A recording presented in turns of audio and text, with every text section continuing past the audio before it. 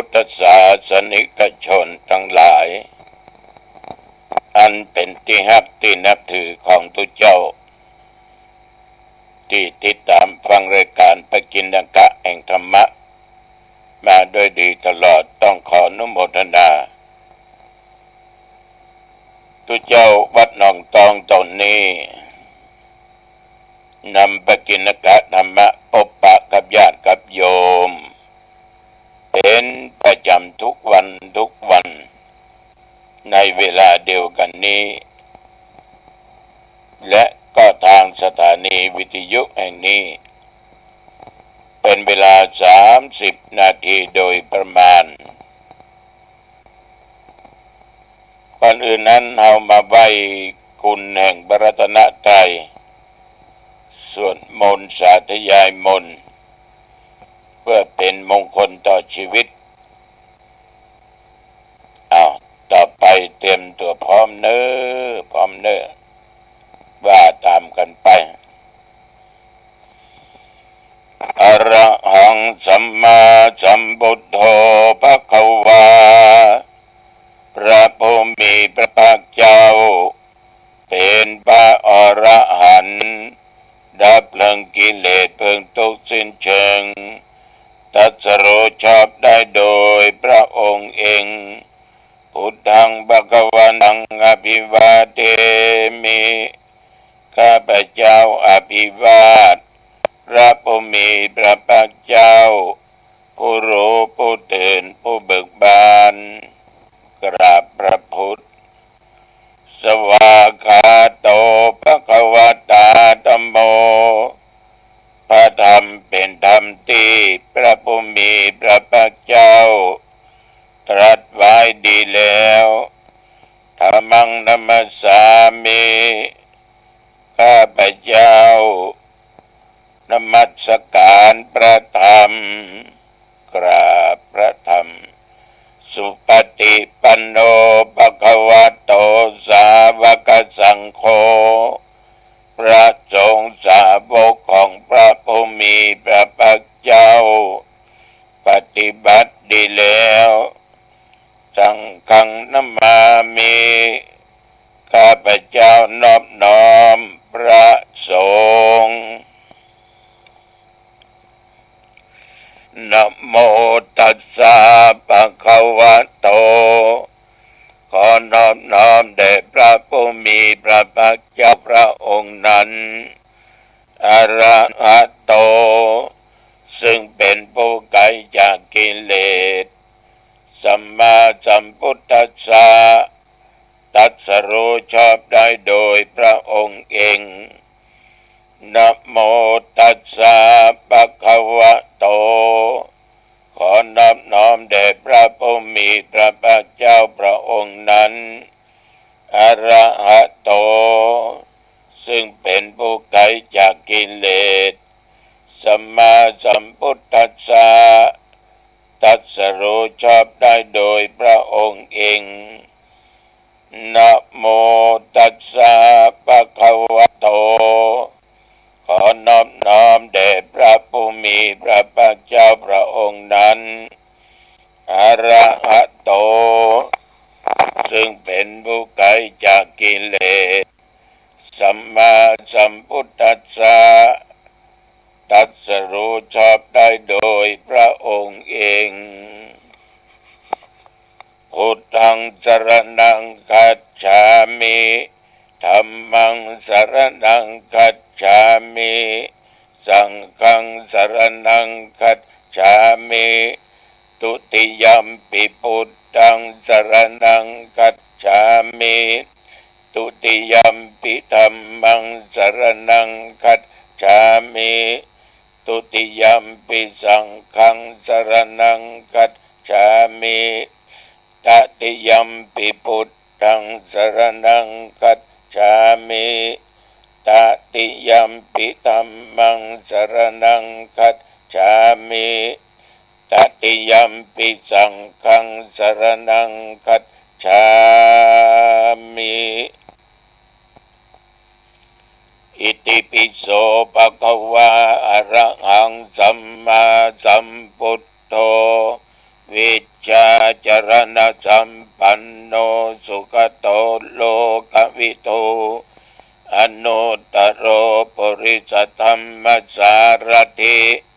สัทธาเท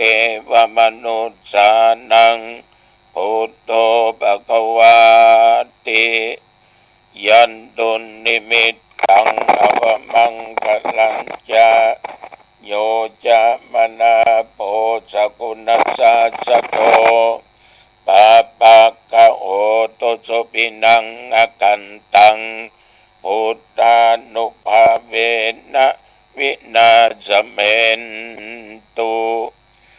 สวากขาโตภควตาธัมโมสันติติโกอาคาลิโกเอหิปัสสิโก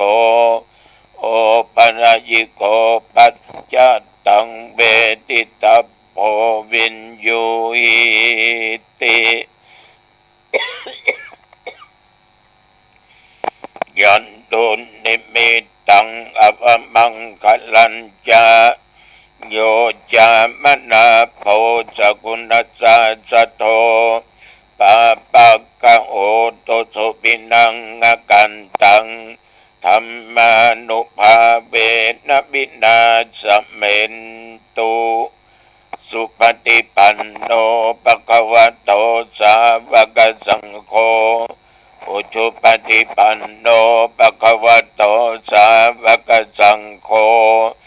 ยายะปฏิปันโนภควโตสาวกสังโฆสามีจิปฏิปันโนภควโตสาวกสังโฆยะติตังจัตตาริปุริสยุคานิอัตถาปุริสบุคคลาเอสะภควโตสาวกสังโฆอาหุนายโยปาหุนายโยทักขินายโยอัญชลีกรณิโยอนุตตรังปุญญาเขตังโลกัสสาติยันตุนิมิตตังอวมังคลัญจาโยจามนาโพสกุณัสสะสะโตปะปะกะโอโตโสปินังอกันตังสังฆานุภาเวนะวินาศเมนตุวิปัสสิสานะมัตโตจักขุมันตัสสะสิริมัตโตสิกิสัพพินะมัตโตสัพพพุทธานุกัมปิโน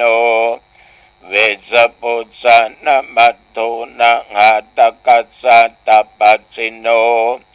นะมัตโตกะกุสันตัสสะมรเสนะปมัตติโนโกนากัมมนัสสะนะมัตโตปัมมนัสสะวุสิมัตโตกัสสปัสสะนะมัตโตสักขยปุตตัสสะสิริมัตโตโยอิมังธัมมเตเสสิสัพพทุกขปโนตนังเยจาปินิพุตตาโลเกยะถาพุทธังวิปัสสิสุงเตชะนาอภิสุนามะหันตาวิตัสสารธาหิตังเทวมนุสสานังยังนามัสสันติโคตมังวิชาจรณะสัมปันนังมะหันตังวิตัสสารทังวิชาจรณะสัมปันนังพุทธังวันตามะโคตมันติ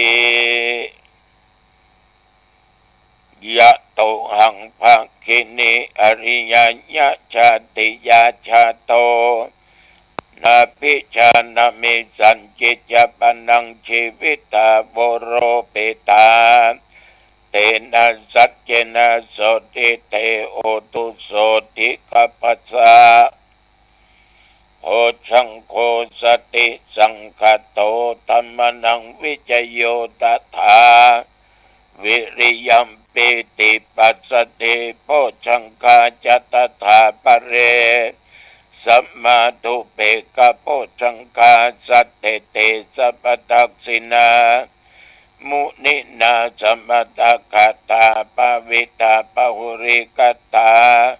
สังวัตตันติอภิญญานิพพานายะจะโพธิญาณ เอเตนะสัจจวัชเชนะโสติเตโอตุสัพพทาเยกัสสมิงสมัยเยนะโทโมคคัลลานัญจกัสสปังคิลาเนตุกิเตติสวาโพชังเคสัตตะเทสเย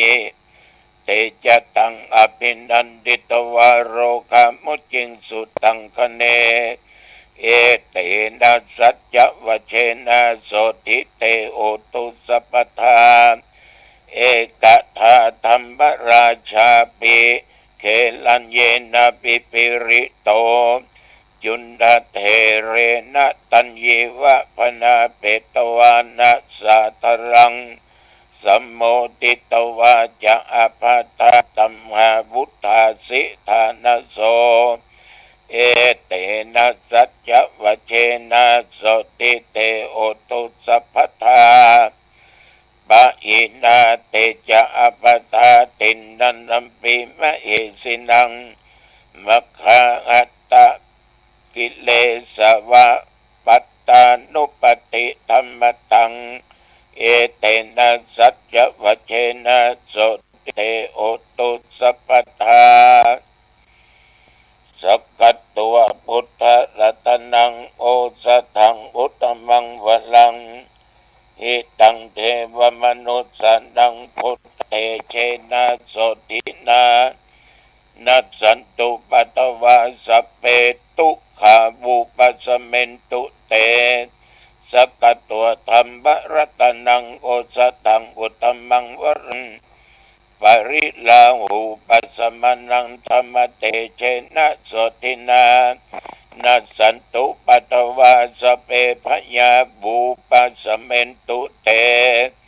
สักกัตตัวสังฆรัตนังโอสถังอุตตมังวรังอาหุนยังปาหุนยังสังฆเตเชนะโสตินานัสสันตุปัตตวาสเปโรคาวูปาสเมนตุเต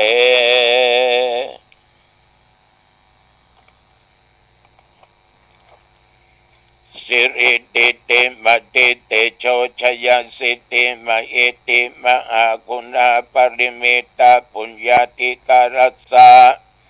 สัพพันตรยานิวรณะสมัตตัสสะ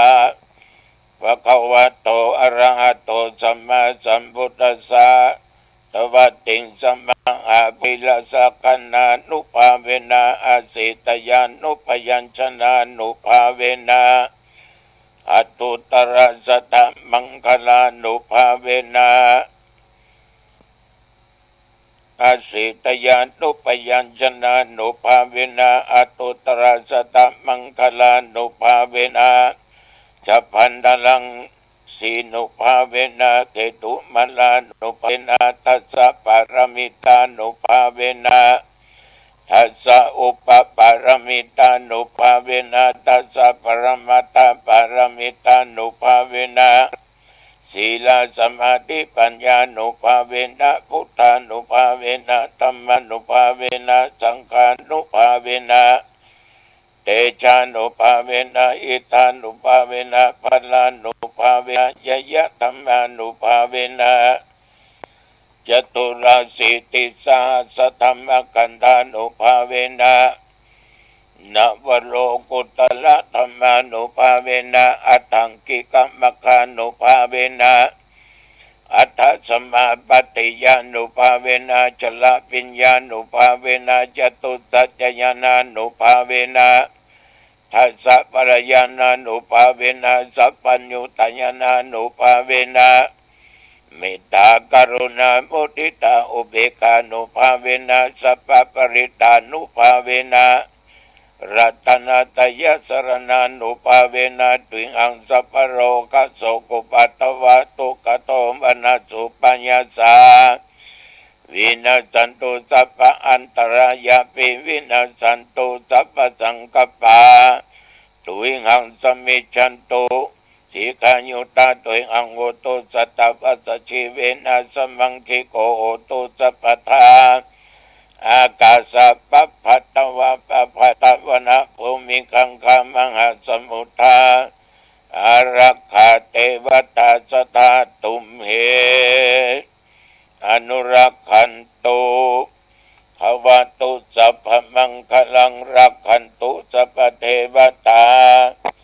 สัพพพุทธานุภาเวนะสัทธาโสติภวันตุเตภวตุสัพพมังคลังรักขันตุสัพพเทวตาสัพพธรรมานุภาเวนะสัทธาโสติภวันตุเตภวตุสัพพมังคลังรักขันตุสัพพเทวตาสัพพสังฆานุภาเวนะสัทธาโสติภวันตุเต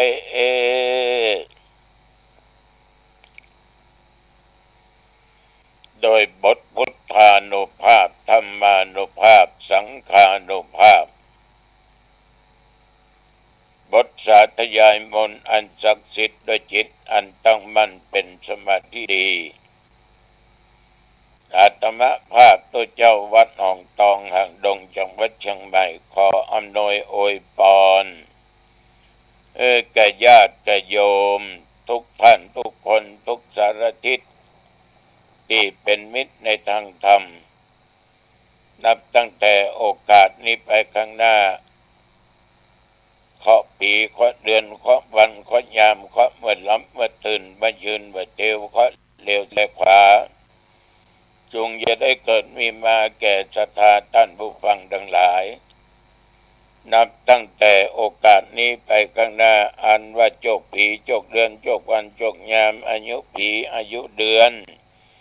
อายุยาม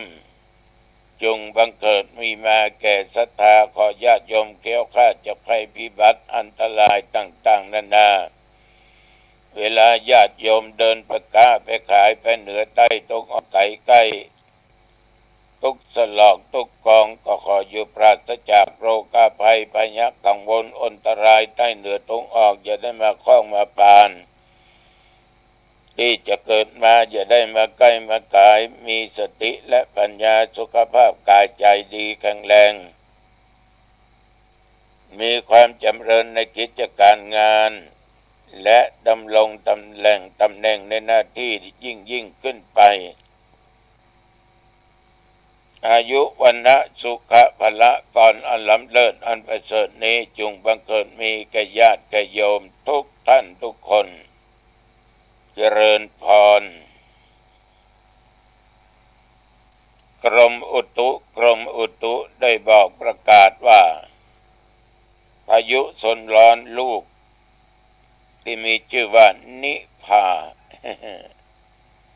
อันตรายเนิ่นน้ำท่วมหลายที่หลายแห่งหลายหนฝนตกอยู่เกือบทุกวันนำความเดือดร้อนเกิดแก่พ่อแม่พี่น้องจังหวัดน่านกาจังหวัดเชียงรายกาหนอไปเวียดต่างประเทศปุ่นพี่น้องนิพานี่นะโอ้สวกโอ้ยตั้งแต่ตะวันมางายมาจนถึงปัจจุบันประเดี๋ยวนี้24 ชั่วโมงตื่นเช้ามาก็ทำอย่างเงี้ยกินข้าวง่ายเรียบร้อยก็มีญาติมีโยมนำภัตตาหารมาไหว้ทานหาคนนั้นทานหาคนนี้ก็เดียวก็มาหาหมู่แล้วก็ทานใจจีวรโดยทานโภชนะอาหารโดยขอบใจนักเนื้อฉันก็ตอนเรียบร้อยก็อยู่วัดอยู่ว่าไปที่ไหนอยู่กับวัดกับว่าถึงเวลามาก็ขึ้นบนวิหารไปไหว้พระสวดมนต์แล้วก็เทศนาธรรมแต่ว่าก็เรื่องเรื่องจำปา4 ต้นตกค่ำตกเย็นก็เดินไปเดินมาอาบน้ำอาบผ้าปฏิบัติตามหน้าที่ไปเทศนางานในธรรมสัญจรของคณะสงฆ์และหน่วยงานองค์กรที่วัดปางยางนี่ไปตั้งถนนสายเชียงใหม่ลำพูนเนินปางยางนี่เกือบจะถึงวัดแม่คณินเหนือต้องไปที่ดอย7 พับลงไปจะถึงแม่คณิน ถนนหนทางดีญาติโยมคนได้พระเจ้ามาอยู่4-5 ตนด้วยกันมาจากทางราชบุรีก็ถามตุเจ้าที่อยู่ในตำบลเพิ่นเป็นจะใดเพิ่นก็มีความรับผิดชอบดี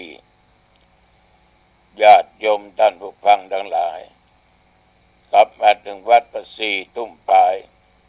บรรยากาศตะวันแดดมืดกันเดี๋ยวก็ฝนลงกันเดี๋ยวก็แดดออกแมลงจะตกนักตกหนาเพียงมาค่ำเมื่อคืนเดินทางไปเทศก็ห้ำฝนไปแต่ถึงเขตตำบลบ้านโป่งก็มีมิดมัดลงเป็นที่ไปลงเป็นที่จนไปถึงวัด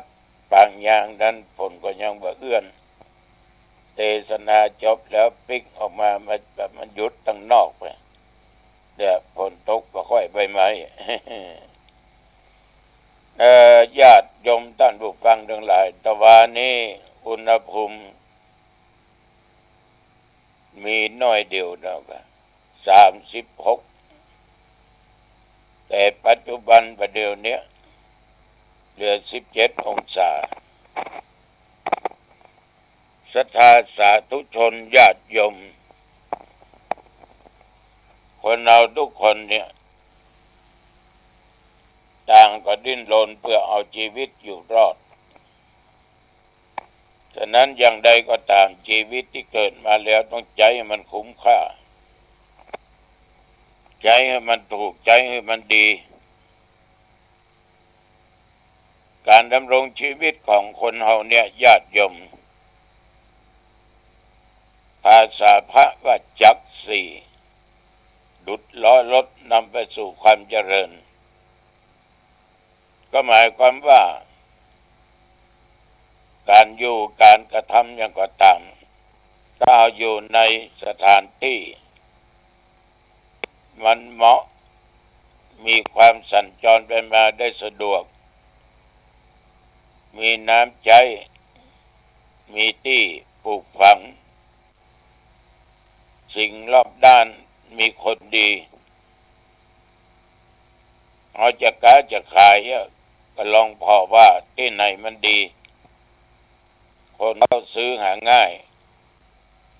และเป็นแหล่งที่ชุมชนโดยถ้าค้าขายเนี่ยก็ตามถ้าบัจะแหล่งชุมชนก็ลำบากหน่อยต้องไปพอที่มันคนผ่านไปผ่านมายุคปัจจุบันต้องมีที่จอดรถจอดลาโดยฉะนั้นการค้าขายก็เจริญก้าวหน้าแต่วงเล็บก็อยู่ที่ฝีมือเนอะของตัวเองที่ปรุงแต่งฉะนั้นญาติโยมท่านผู้ฟังต้องพอว่าสถานที่นั้นมันเหมาะขนาดไหนเนี่ยถ้าไปอยู่หิมชายแดนก็เลยล่นกันหนีกัน อยู่หิมแม่น้ำก็อันตรายน้ำป่าไหลหลากมันจะมานักมาน้อยเมื่อใดไปบ่ฮู้เผื่อหูนั้นถูเสียเข้าเสียของเสียบ้านเสียจองเอาเงินเสียทรัพย์สมบัติไปจะนักเพราะเอาไปอยู่ที่แม่น้ำฝั่งแม่น้ำมันถึงเหมาะเดียดแต่ตุลุงแต่อากาศมันก็ดีแม่นที่มาถึงทำเลดีแต่ว่ามันใกล้น้ำประการสำคัญอยู่เมืองใดเอาเมืองนั้นเพิ่นลิ้วตาก็ลิ้วตามแต่ต้องเร็วในทางที่ถูกทางที่ควรทางที่เป็นบุญทางที่ดีก็แลไปทางบ่ดีก็แลไปโดยเพิ่นในทางที่บ่ดีอย่างนั้นเอาฉะนั้นการอยู่ตามสถานะที่โหนก็ดีต้องมันพอดีกับทุกสิ่งทุกอย่าง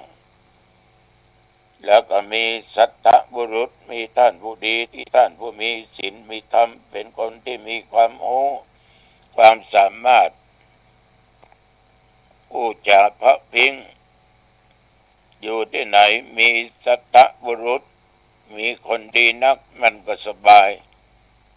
เอาได้อยู่กับสังคมนั้นเราก็สบายไม่ต้องเดือดร้อนไม่ต้องมีการพากันไปสู่ทางอบายมุข